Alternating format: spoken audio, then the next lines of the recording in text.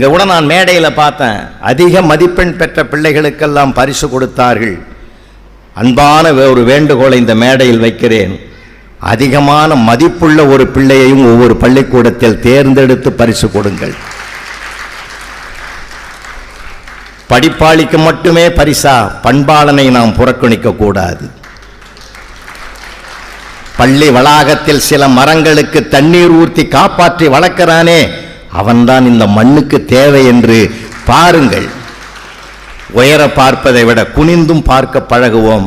அடுத்த ஆண்டு இந்த கரூர் புத்தக திருவிழாவிலே இந்த மாணவன், இந்த மாணவி அந்த பள்ளியினுடைய சுற்றுப்புற தூய்மையை பாதுகாக்கிறாள், தன்னார்வத்தோடு தொண்டு செய்கிறாள் என்று அவருக்காக ஒரு பரிசை கொடுங்கள்.